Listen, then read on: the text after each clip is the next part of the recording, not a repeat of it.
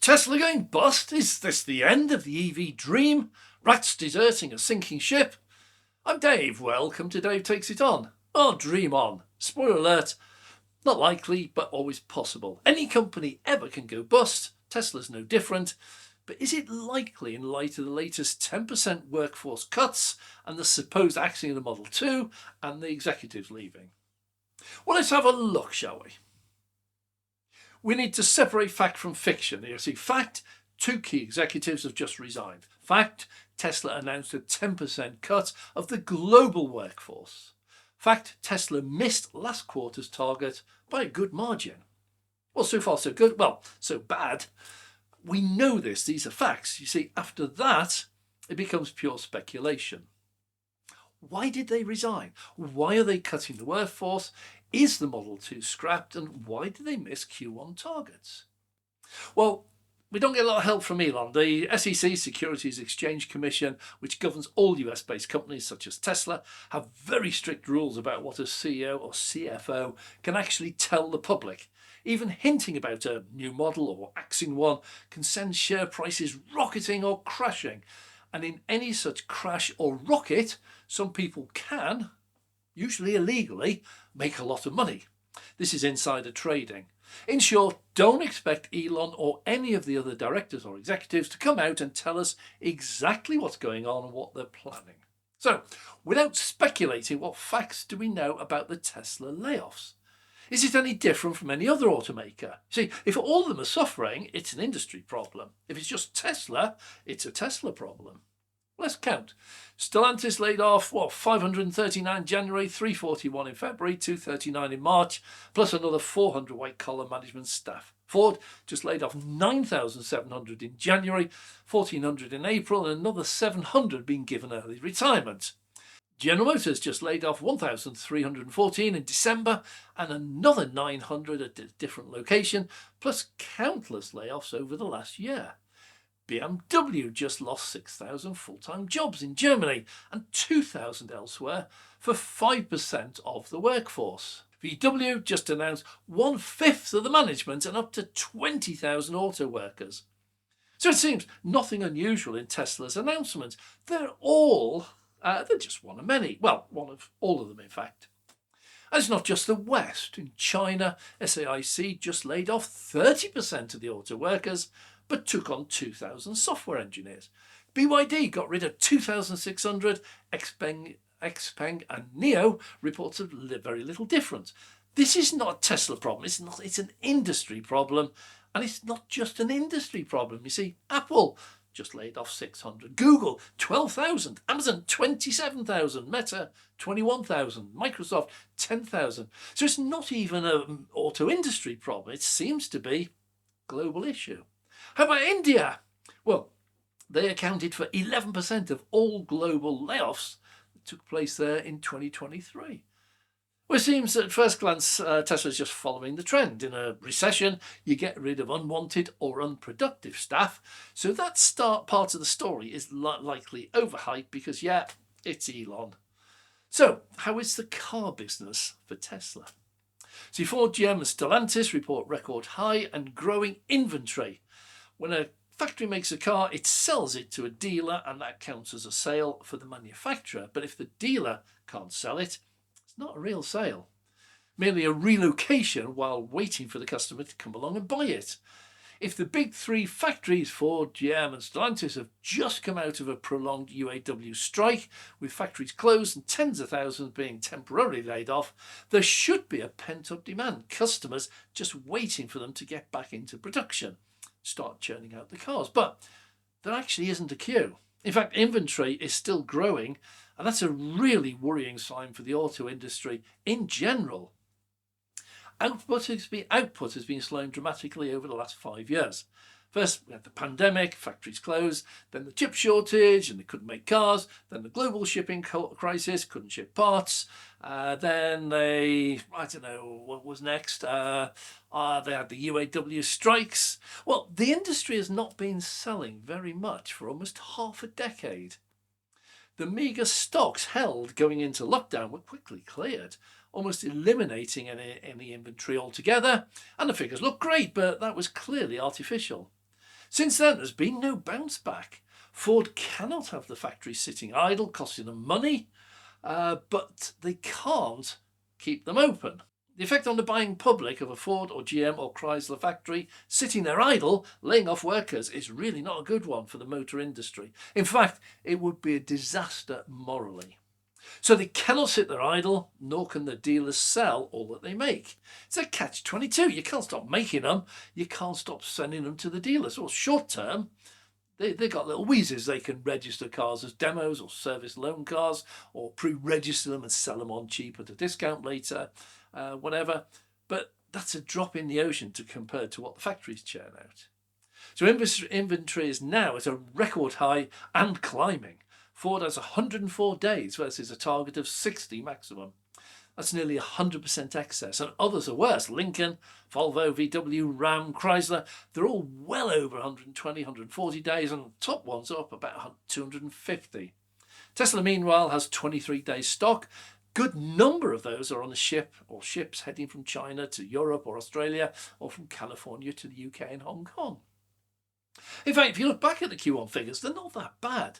They lost about 2 weeks' production with a fire at Giga Berlin and a week-long shutdown when the terrorists shut the Suez Canal, sent all the ships on the long route round, and then they had 2 weeks of planned scheduled refurbishment in the Shanghai Gigafactory for the launch of the Model 3 refresh, the Highland. So it's around 35,000 manufactured per week. A loss of 43,000 over the quarter is actually quite a success. I wonder why the media didn't report Tesla heroically produced record number of cars, allowing for the shutdowns.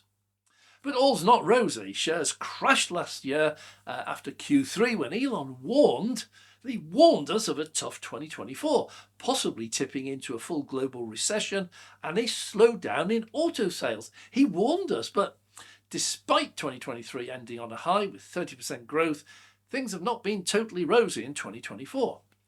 But this is the year that both Giga Texas and Giga Berlin continue to scale up production. New expansion plant in China comes online, plus announcements about Mexico. India seems to be on the horizon, and it's seeming to show that dip is temporary. Well, that could mean a year or two. And the Model 2 is due out next year. Yeah, you heard it was cancelled too. The factory to be making it seems to be going flat out, albeit with fewer workers. Tesla will not leave factories standing there idle. Elon is already famous for slashing prices to move more cars. Tesla does make a healthy profit on each car, so slashing prices simply means the factories run, but at the slowest economical rate and at a reduced profit. So what about two senior directors and managers who just walked out? Well, apart from the timing, absolutely nothing new. Elon's a slave driver. From interviews with people who worked there, few last forever.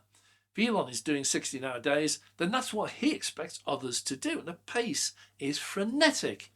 A total of 40 senior executives have left in the last 8 years, but every single time he's gone and found new ones and continues and grew. The queue for the world's top engineers and software engineers to become Tesla employees is the longest in the recruitment world, alongside Apple. These two will be sorely missed. They made a significant contribution to the company. So why did they leave? Well, no idea. They're not saying. Previous directors and executives have gone on to new ventures after leaving. Maybe they just want a fresh start. After all, Drew Baglino is a multi-millionaire in his own right, as are many ordinary workers at Tesla. See, all are offered stock options, and if you've been working there for 5, 10 or 15 years and taking your stock options, many of these workers are really rich when they leave. Well, my own thoughts are purely guesses. These two were possibly at or near their limits already. Far too many 16-hour, 7-day weeks.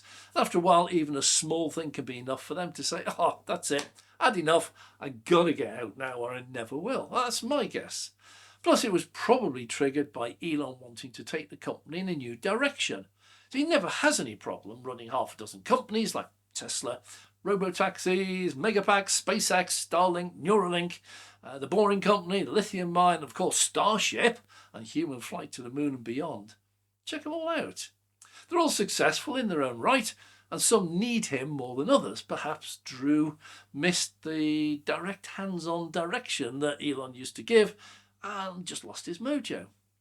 Tesla's probably reached a stage where it is probably strong enough and successful enough in very trying times, world recession and all, plus major changes in technology, for Elon to step back and focus on other companies. And without his utter dedication and drive, it will be a very different place to work. Much more like a traditional factory or company.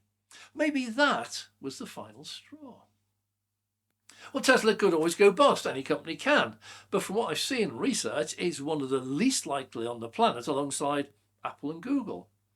They also could go bust. You see, Apple very nearly did back in 1997. Got into a right mess, could have gone either way. And then remember the crash of 2008 when countless financial institutions that were all way too big to fail, failed. That included Lehman Brothers, who crashed with 619 billion in debts. That's a world record. But I don't see that here. The worldwide demand for renewable energy is now totally unstoppable.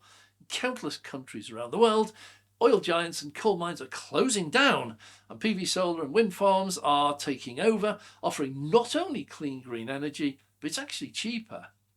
We will have ditched our last final coal-fired power station in the UK later this year. End of an era. Renewables will take us on to the next journey towards clean air and climate harmony as we head towards 2050. Even if you personally don't want to go there or understand why everyone's forcing you there.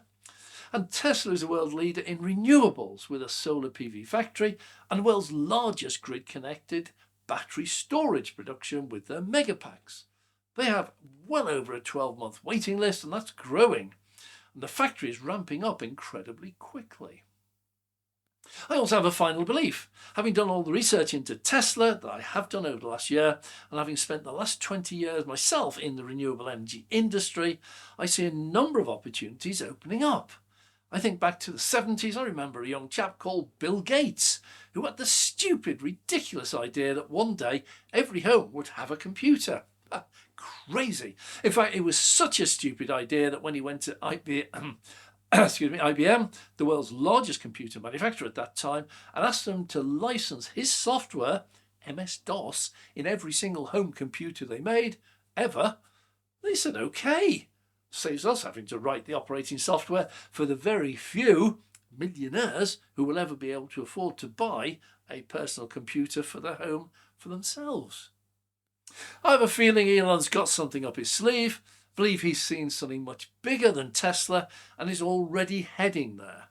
Have a few ideas what that could be, but there are probably plenty of others I haven't even considered. I would say with some certainty it will almost certainly be to do with energy. Well, probably. I'm sure if it was me, Starship and Mars would hold my attention. So damn dare I am not. Probably a lot closer to Jason Nesmith. Look that one up. Well, thanks for watching. I'm Dave. If you have enjoyed this video, please click the like button. It really does help. And if you'd like to see more of our videos, click the subscribe button and the notification bell so we can notify you every time we launch a video. If you'd like to go further, we have a Patreon membership. Details of that down below, and there's some extra goodies involved with that.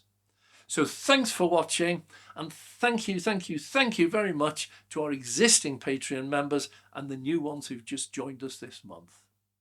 I'm Dave.